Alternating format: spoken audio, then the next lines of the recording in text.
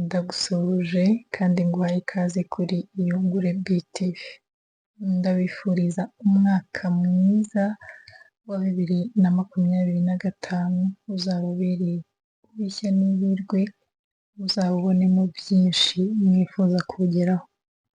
Niba nawe kandi wawutangiye utameze neza, urwaye cyangwa se hari ibindi bitagenda neza, humura bizagera aho birangire kandi niba urwaye uzakira.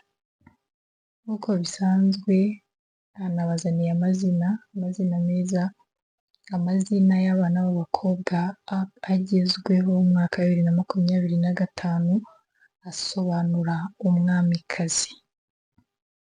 Turabizi neza ko izina ni ryo muntu, nawe iwawe habonetse umwamikazi n'ibyishimo cyane. Rero ugira uruhare runini mu kwita abana bawe kandi amazina ubaha niyo asobanura abo ari bo. Aha rero ngiye kubanza kukubwira cyangwa se kubwira abakunzi bacu badusabye ubusobanuro bw'amazina, tugiye kubanza kuyasobanura hanyuma ndagaruka nkubwira ya mazina meza twita abana bacu b'abakobwa asobanura umwamikazi. Tubane.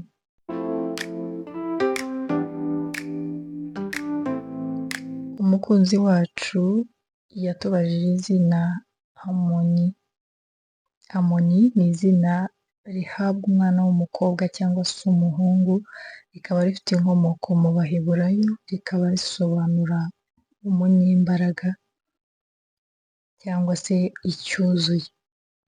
Aba ba Harmony bivugwa ko umubare wabo w'amahirwe ari 3. Aha ngaha nugira amahirwe yo kumenya umubare wawe w'amahirwe, ujye ukunda kuwukoresha kenshi mu bintu byawe ushaka gukora. Hari impamvu baba baravuze ngo ni umubare w'amahirwe, tugira imibare myinshi cyane, sinzi bafata umubare uwo ari wo wose bakaba bawuvuga, ariko hari impamvu baba baratoranije umubare umwe mu mibare yose ihari kugira ngo bawite uw'amahirwe ku izina ryawe. Undi mukunzi wacu yatubajije izina Anifa. Anifa ni izina rihabwa umwana w'umukobwa, rikaba rifite inkomoko muri Esipanye, muri Late no muri US. Iri zina rikaba risobanura kugirirwa ubuntu cyangwa se gukomera. Undi mukunzi wacu yatubajije izina Loli. Loli ni izina rihabwa umwana w'umuhungu, rituruka ku ijambo ry'iki-Irish Lord.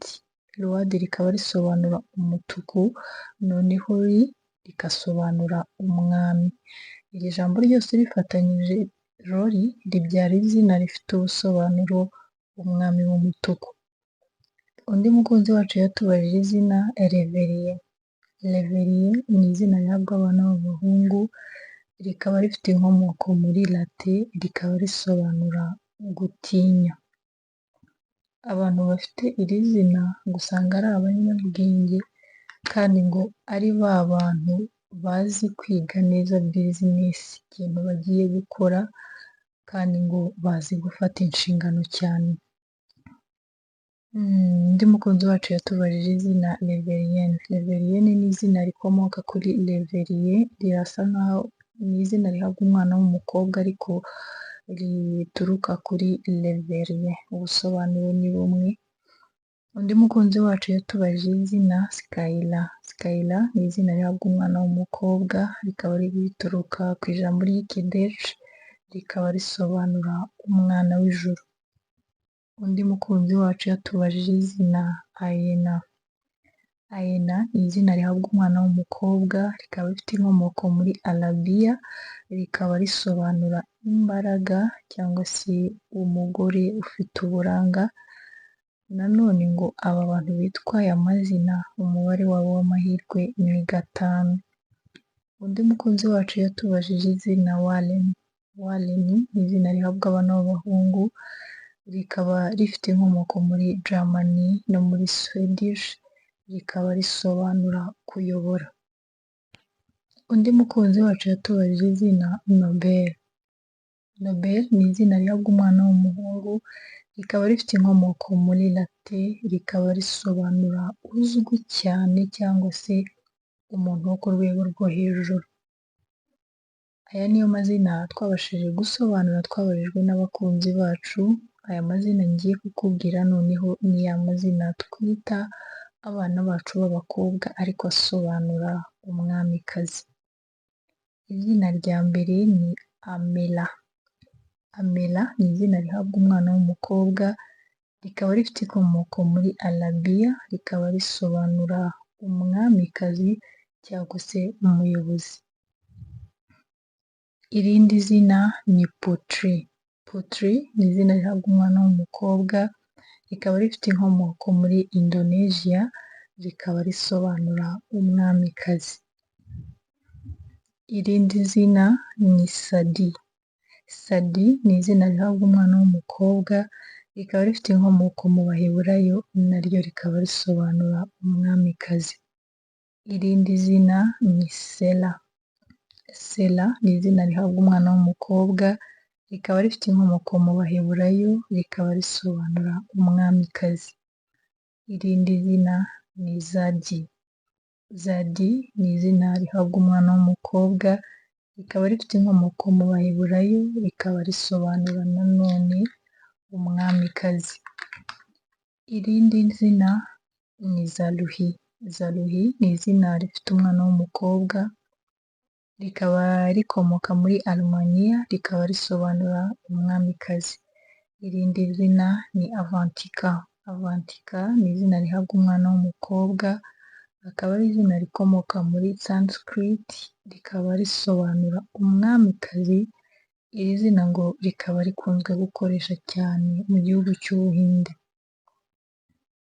Irindi zina ni Tiyana.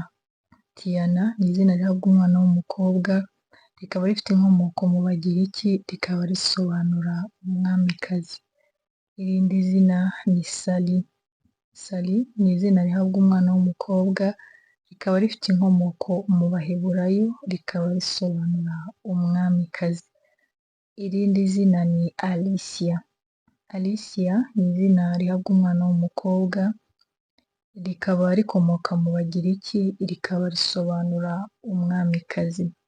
Irindi zina ni Bano.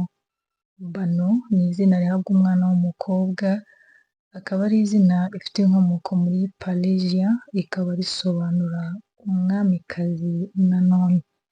Irindi zina ni Sali. Sali ni izina rihabwa umwana w'umukobwa, rikaba rifite inkomoko mu Baheburayo, naryo rikaba risobanura umwamikazi. Irindi zina ni Amila. Amila ni izina rihabwa umwana w'umukobwa, rikaba rifite inkomoko muri Arabiya, rikaba risobanura umwamikazi. Irindi zina ni Dion. Dion ni izina rihabwa umwana w'umukobwa, rikaba rifite inkomoko mu Bagiriki, rikaba risobanura umwamikazi.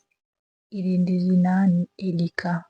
Elika ni izina rihabwa umwana w'umukobwa, rikaba rifite inkomoko muri Germany, rikaba risobanura umuyobozi w'iteka. Irindi zina ni Layina. Layina ni izina rihabwa umwana w'umukobwa, rikaba rifite inkomoko muri Late, rikaba risobanura umwamikazi. Aya niyo mazina naguteguriye uyu munsi wakwita umwana wawe w'umukobwa, afite ubusobanuro bw'umwamikazi kandi akaba ari amazina ari unique, atari popira, atari ya mazina wasanga ahantu henshi.